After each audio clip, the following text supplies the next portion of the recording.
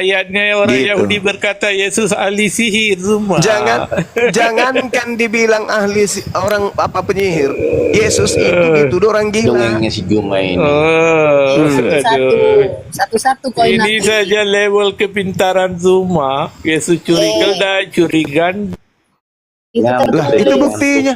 Itu tuh buktinya tertulis. Lucu kau itu. Lucu kau itu. Itu saya ngantuk. Kirain pinter kau Juma.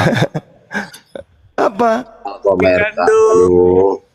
Coba kau baca Matius 12. Dismas, Matius Dismas. 12. Diam dulu Dismas. Gantian Dismas. Udah syarat gantian. lagi belum? Coba ya, aku bacakan kau ya, aku bacakan kau dalilnya ya. Udah Iya, syarat aku lagi tahu. belum? Kau bilang katanya Nah, Muhammad Tuhan. Nih, Nah, Nih. kau syarat lagi belum? oke. Aku bacakan samamu ya. Kau udah Jadi syarat lagi Yesus belum? ini, Kau ngaku katanya Muhammad Tuhan. dengar Gimana dulu, ya? Diam dengar dulu, dulu, dengar dengar dengar. dulu. Dengar dulu. Jadi Dia ngaku Muhammad Tuhan. Gimana? Bener nggak itu syarat Oh, gini nggak? semua ya Kristen ini ya. Ya Allah. Anu, mabuk babi dia, mabuk Itu lawan babi. RK loh. Gimana lo? Gak usah fitnah lah. Bilangnya Muhammad Tuhan kata dia loh. Kamu Gimana mau tuh, udah diskusi syarat apa belum? enggak kau kon? Kamu mau diskusi enggak? Mau diskusi Diskusi baik-baik Islam, nggak? Pak. Mau Dia diskusi kan baik-baik nggak? kafir. Kalau nggak mau diskusi turun Dia aja. kafir dia. Iya, koin Nabi, ini kesempatan ya. Aku tanya sekali lagi, kau mau diskusi baik-baik nggak? Kalau nggak, kami izinkan turun ya. Ya saya kan mau emang Islam, maka Ya saya tanya udah. nih Zuma nih kafir. Syarat lagi belum? Ngapain kau nanya-nanya kayak gitu? Lah, lu bilang kafir. Kau mau diskusi Gimana nggak? sih? Sekali lagi aku tanya, kau mau diskusi nggak? Oh, kok pertanyaan kafir ya saya turun. Sorry lah ya. Ya, kau yang kafir ngomong orang kafir. Aneh kau ini, Oten. Turun lah, silakan. Dia yang kafir, orang pula yang dibilang kafir. Memang ini. orang-orang ini memang menderita memang. Sejak ada apologet Islam mereka menderita. Jadi teman-teman sekalian, tadi itu kan si orang Malaysia tadi itu, orang Kalimantan ke dia tuh. Saya bacakan dalilnya ya. Malaysia ini. Malaysia. Ya, jadi Yesus berkata begini, pergilah ke kampung yang ada di depanmu. Pada waktu kamu masuk ke situ, kamu akan segera menemukan seekor keledai muda tertambat yang belum pernah ditunggangi oleh orang. Lepaskan keledai itu dan bawalah kemari. Titik. Itu perintah. Tadi tidak disuruh minta izin. Yang pertama, lepaskan bawa kemari.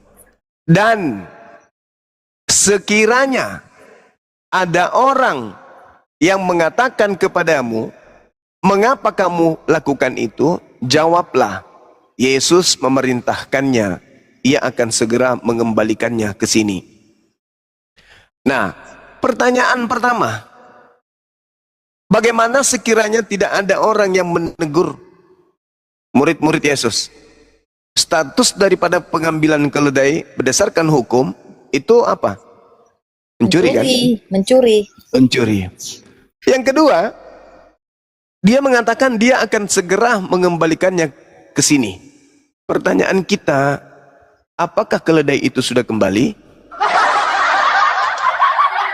Di mana dikembalikan, tertulis di dalil mana?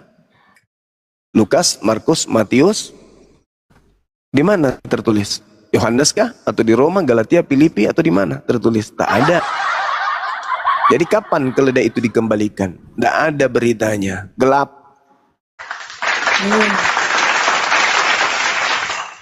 Tidak ada berita selanjutnya di kitab manapun, tidak ada berita Yesus murid dan muridnya mengembalikan keledai yang diambil milik orang. Itu nggak ada.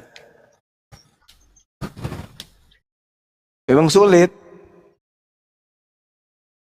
Sulit memang. Mau dibilang bukan pencuri ya. Faktanya begitu yang tertulis di kitabnya. Iya. Barang orang diambil, ketika ketangkap basah baru bilang mau dipakai dulu, pinjam, nanti dikembalikan. Tapi tidak kembali-kembali. masolang panga paluka. Kalian pertamanya Assalamualaikum, abangku, Gurunda semua. Waalaikumsalam warahmatullahi wabarakatuh. Waalaikumsalam warahmatullahi wabarakatuh. Ya, teman-teman kita yang Kristen silakan naik. Ketik 3 ya, ketik 3 yang Kristen. Tapi kalau dari Masalahnya Kak, kalau naik ditanyain langsung keledainya kemana, bingung mereka. itulah. Dia nggak ada data keledai itu kembaliin apa belum.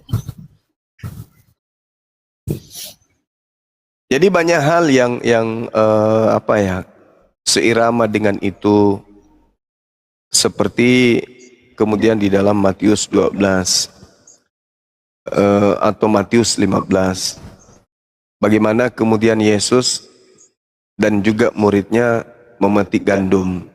Ini gandum siapa yang dipetiknya? Anda nggak izin? Enggak. Pada hari Sabat, Yesus berjalan di ladang gandum. Karena lapar, murid-muridnya memetik bulir gandum dan memakannya. Di mana dia minta? Di mana dia minta?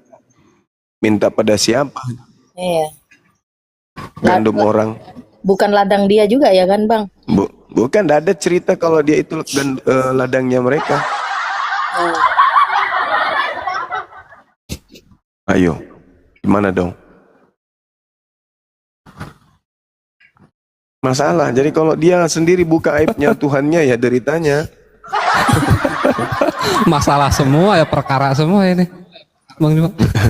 Ya, tapi sebenarnya yang diceritakan di Matius 12 itu bukan Tuhan mereka.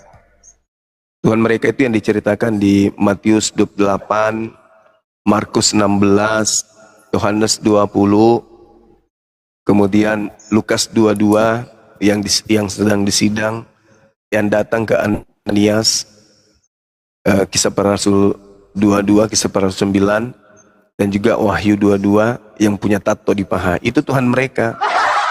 Cuman ketika kita berdiskusi dengan orang-orang ini, dia mengambil dua Yesus, Yesus anak Maria dan juga Yesus anak Bapa. Itu diambil dua-duanya. Jadi kita yang tidak mengerti tentang Bible nanti akan tergiring. Oh, ternyata Yesus itu cuma satu. Siapa bilang? Yesus Yahudi dan Yesus Romawi itu adalah dua Yesus yang berbeda. Itu harus ditahu itu. Yesus yang tidak bertato dengan Yesus yang bertato itu dua Yesus yang berbeda. Jadi Tuhannya bertato Yesus gitu, yang Bang? menampak. Iya begitu. Ya. Yesus yang menampakkan diri di tengah kuburan dan Yesus yang menampakkan diri di tengah langit itu adalah Yesus yang berbeda. Dua Yesus yang berbeda. Dan kalau ada Kristen yang keberatan, tolong hadapkan ke saya biar gua ajarin, biar kita terapi supaya dia sadar bahwa Paulus juga mengatakan ada minimal dua Yesus dalam kitabnya, dan Yesus pun mengatakan memang banyak Yesus. Begitu. Silakan.